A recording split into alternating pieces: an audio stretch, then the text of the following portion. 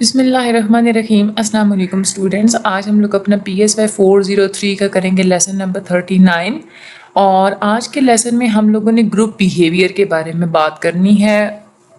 پہلے ہم لوگوں نے پچھلے لیکچر میں جو پرو سوشل بیہیویئر پڑھا ہے نا، اس میں جینڈر ڈفرینسز رہ گئے تھے، تو وہ ہم لوگ آج کے لیکچر میں دیکھتے ہیں.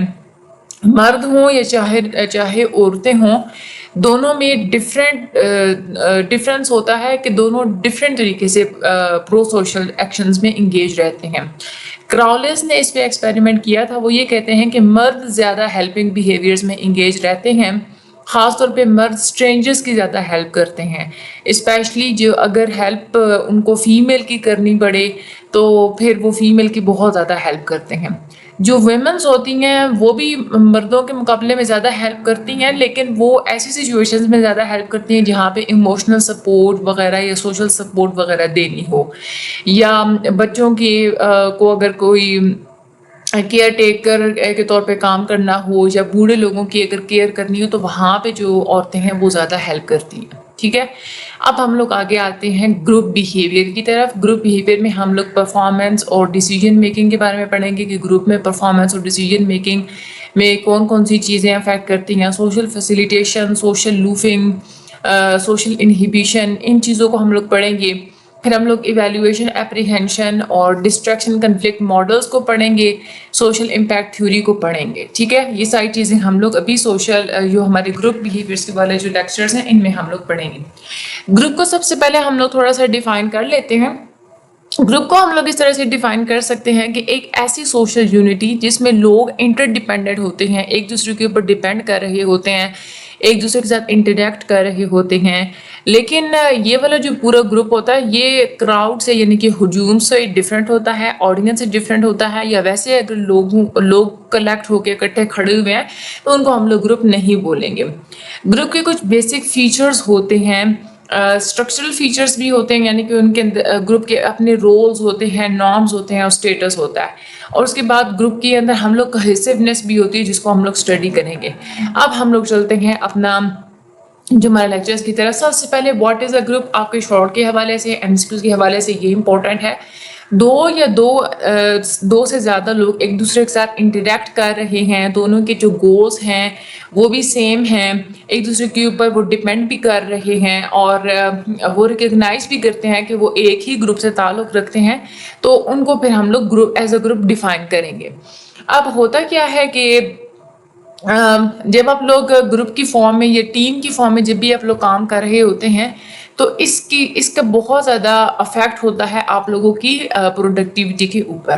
اب ہم لوگ گروپس کے بیسک فیچرز کی طرف چلتے ہیں. بیسک فیچرز کون کون سے ہوتے ہیں یہ ہم لوگ دیکھتے ہیں. 4 طرح کے فیچرز ہوتے ہیں، آپ لوگوں کے لانگ کے حوالے سے بھی کافی امپورٹنٹ ہے.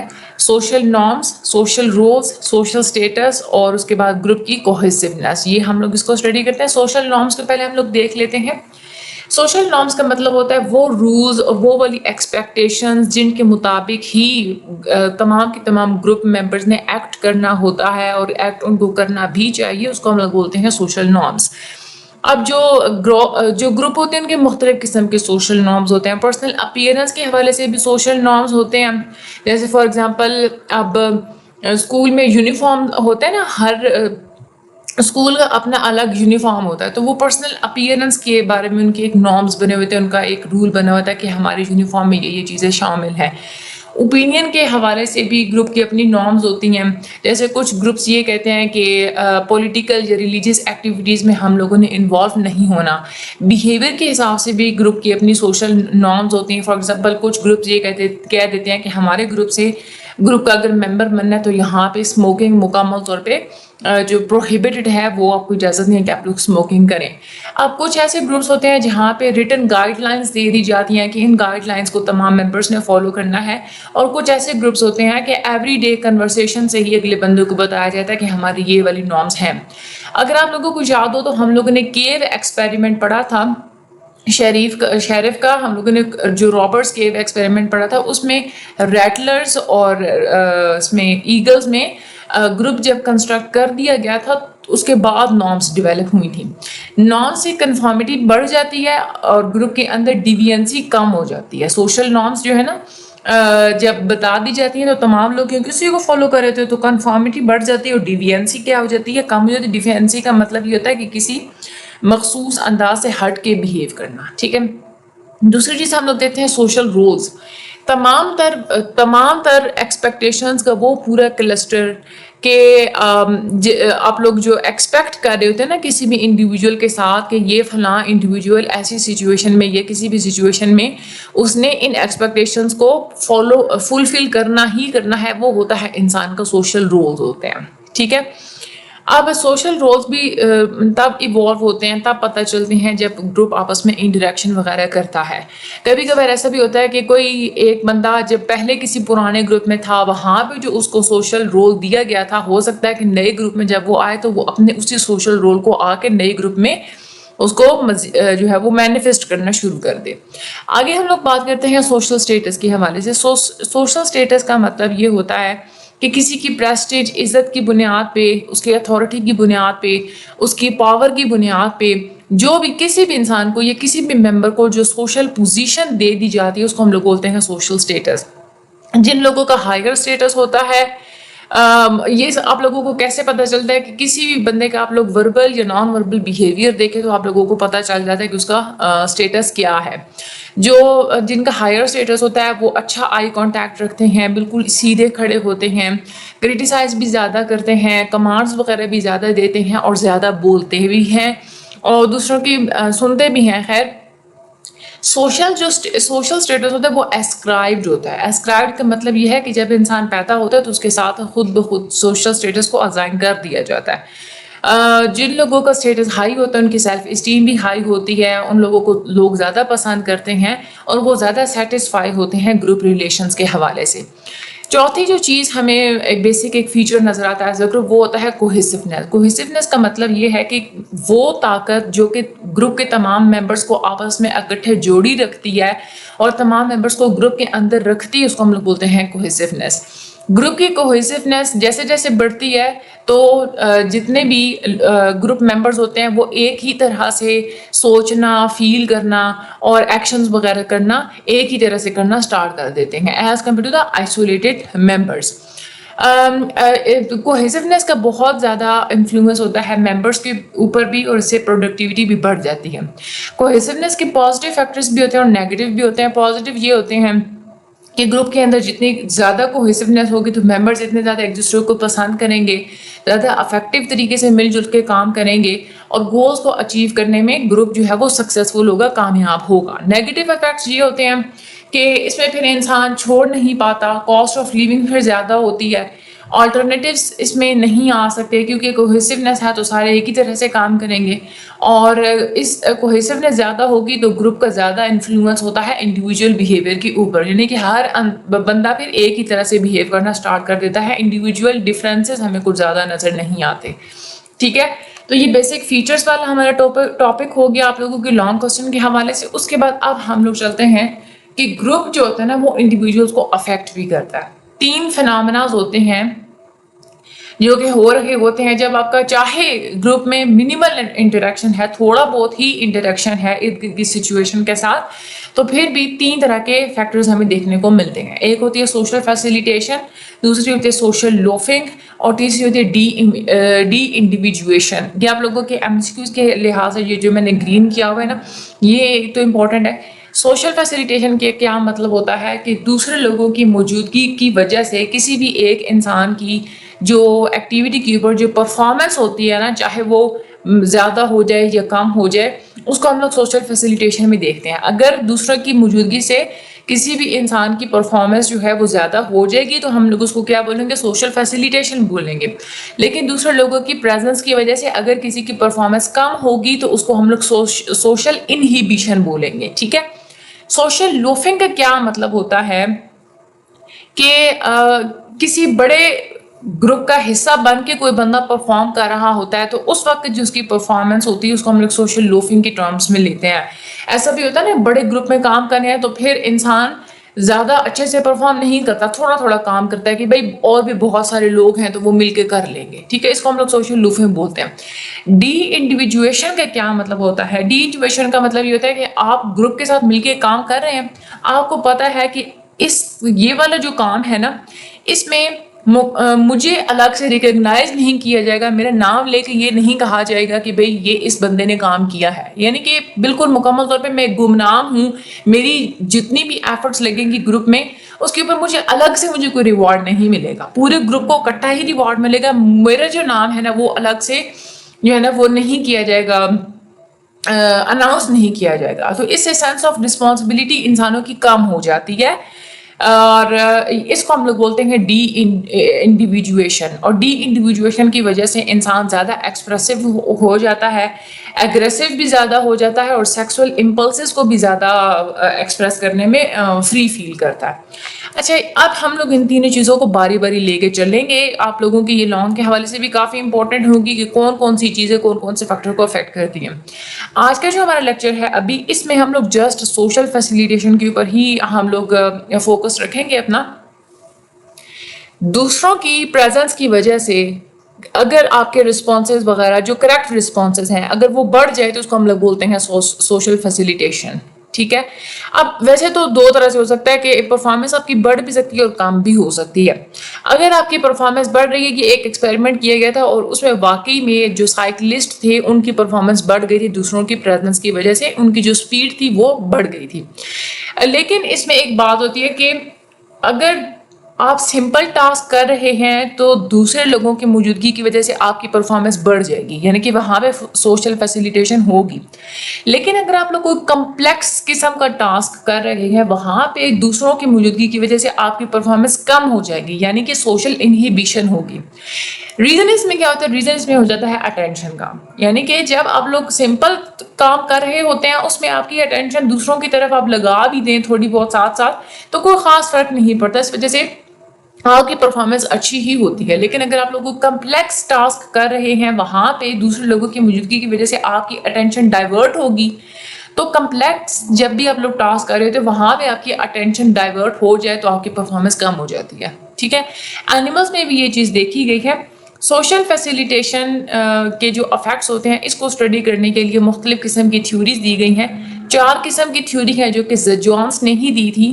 یہ آپ لوگوں نے نام یاد رکھنا ہے کہ کس نے سوشل فیسیلیٹیشن سے ریلیٹڈ تھیوریز دی تھی. اور یہ 4 جو تھیوریز ہیں نا، آپ لوگوں نے ان کے نیمز یاد رکھنے ہیں. سب سے پہلے ہے ڈرائیو تھیوری، دوسری ہے ایویلیویشن اپریہینشن، تیسرا ہے ڈسٹریکشن کنفلکٹ، اور چوتھا ہے میئر ایکسپوجر. سب سے پہلے ہم لوگ ڈرائیو تھیوری کی بات کرتے ہیں. دوسروں کی پریزنس کی وجہ سے ہمیشہ پرفارمنس کے اوپر ڈفرینٹ اثر پڑتا ہے. ٹھیک ہے، ایزی ٹاسک کے حوالے سے اور کمپلیکس ٹاسک کے حوالے سے، یعنی کہ ٹاسک ایزی ہو یا کمپلیکس ہو دونوں کے اوپر ڈفرینٹ طریقے سے اثر پڑتا ہے دوسروں کی پریزنس کا. جتنے بھی اینیملز ہوتے ہیں خاص طور پہ وہ فزیولوجیکلی اراؤزڈ فیل کرتے ہیں جب بھی ان کی اپنی ہی اسپیشیز کا کوئی دوسرا ممبر ان کے ارد گرد پایا جائے تو.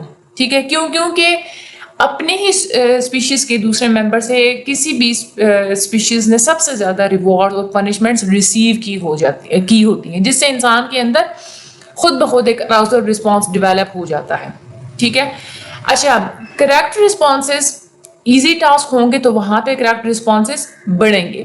ٹھیک ہے، لیکن اگر ٹاسک اگر ڈیفیکلٹ ہوگا تو وہاں پہ کریکٹ رسپانسز دوسروں کی موجودگی میں نہیں بڑھیں گے. اچھا، جب اراؤزل بڑھتا ہے تو اس سے جو ایزی ٹاسک ہوتے ہیں اس پہ پرفارمنس انکریز ہو جاتی ہے. ہم لوگ کہہ رہے ہیں دوسروں کی پرفارمنس کی وجہ سے اراؤزل بڑھ جاتا ہے. تو اگر ایزی ٹاسک ہوگا تو وہاں پہ دوسروں کی پرفارمنس سے جو اراؤزل انکریز ہوگا اس سے پرفارمنس آپ کی انہینس ہو جائے گی. لیکن اس کے بعد فردر ریسرچ کی گئی تھی جونسز کی تھیوری کو مزید ٹیسٹ کرنے کے لیے. اس میں اسٹوڈنٹس کو آئیڈینٹیفائی کیا گیا تھا کہ جو شوٹنگ میں بلو اور ابو ایوریج تھے، اور ان کو تب ٹیسٹ کیا گیا تھا جب آڈینس پریزنٹ نہیں تھی. وہاں پہ اسٹوڈنٹس کے جو شوٹنگ کی ایکوریسی تھی وہ ریکارڈ کی گئی تھی، تو تب ان کی جو ہے نا وہ اچھی تھی. پھر اس کے بعد کیا ہوا کہ مختلف قسم کے راؤنڈ میں 4 کانفیڈریٹس تھے جو ان کو کلوزلی دیکھ رہے تھے.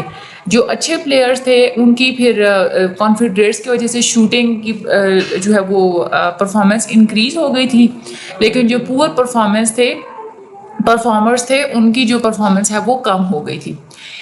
تیسری جو چیز ہے سوشل فیسیلیٹیشن کو ڈسکرائب کرنے کی، that is a evaluation apprehension, یعنی کہ لوگ بہت زیادہ اس بارے میں کنسرنڈ ہوتے ہیں کہ دوسرے لوگ ان کو جج کریں گے. یہ میئر پریزنس افیکٹ سے بالکل الٹ ہے. میئر پریزنس ہوتا ہے کہ دوسروں کی صرف موجودگی کی ہی وجہ سے آپ لوگ جو ہے نا وہ اچھا فیل کرتے ہیں، آپ لوگوں کی پرفارمنس بڑھ جاتی ہے. لیکن ایویلویشن اپریہینشن تھوڑا سا ڈفرینٹ ہے. اس میں پرفارمنس کو ایویلویٹ کیا گیا تھا 3 کنڈیشنز میں. ایک میں بندے نے اکیلے کام کرنا تھا، ایک میں ان کو جو ہے کانفیڈریٹس کے ساتھ کام کرنا تھا سیم ٹاسک کے اوپر، اور ایک بھی ایک ایسے بندے کی موجودگی میں کام کرنا تھا جس کی آنکھوں کو پٹی کے تھرو بند کر دیا گیا تھا، وہ ان کو دیکھ نہیں رہا تھا. اب وہ والی سچویشن جس میں پارٹیسپینٹس کو لوگ دیکھ رہے تھے، وہاں پہ جو پارٹیسپینٹس کے اوپر ایویلویشن اپریہینشن اور میئر ایکسپوجر دونوں کا ہی افیکٹ تھا. یعنی کہ پریزنس کی وجہ سے بھی، اور یہ بھی وہ ایویلویٹ کر رہے تھے کہ دوسرے یہ بھی وہ جو ہے وہ پارٹیسپینٹس اس بات کے ساتھ بھی ان کا وہ کنسرن تھا کہ دوسرے لوگ اس کو ایویلویٹ کریں گے. لیکن جہاں پہ پرفارمنس جو پارٹیسپینٹس کے علاوہ دوسرے بندے کی آنکھوں کے اوپر پٹی باندھی ہوئی تھی، وہاں پہ ایویلویشن اپریہینشن وہاں پہ انوالو نہیں تھی، کیونکہ بلائنڈ فولڈڈ لوگ ان کی پارٹیسپینٹس کی پرفارمنس کو ایویلویٹ نہیں کر سکتے تھے. اگر انسان پریزنٹ ہو لیکن وہ ایویلویٹ نہ کر رہا ہو تو وہاں پہ سوشل فیسیلیٹیشن موجود نہیں ہوتی. سوشل فیسیلیٹیشن وہاں ہوتی ہے جہاں پہ لوگ جو ہے ان کو پتا ہو کہ دوسرے لوگ ہمیں ایویلویٹ کریں گے. اگلی ہے ایکسپلینیشن ڈسٹریکشن کنفلکٹ ایکسپلینیشن. وہ یہ کہتے ہیں کہ جو کام آپ لوگ کر رہے ہیں اس میں اور جو ارد گرد کی جو سراؤنڈنگس ہیں اس میں کنفلکٹ پایا جائے، یعنی کہ 2 ڈفرینٹ چیزیں ہیں. ارد گرد جو سچویشن ہے اس کا آپ کے کام کے ساتھ کسی بھی قسم کا کوئی لینا دینا ہے ہی نہیں. جیسے کرکٹ کے جو پلیئرز ہیں وہ جب کھیل رہے ہوتے ہیں تو شائقین کی موجودگی کا ان کے کام کے ساتھ تعلق ہوتا ہے نا. تو وہاں میں نے یہ ایسی سچویشن جہاں پہ ارد گرد کی سراؤنڈنگس کا آپ کے کام کے ساتھ تعلق نہیں ہوتا، وہاں پہ کیونکہ کنفلکٹ پایا جاتا ہے، وہاں پہ بہت زیادہ اراؤزل ہوتا ہے. ٹھیک ہے.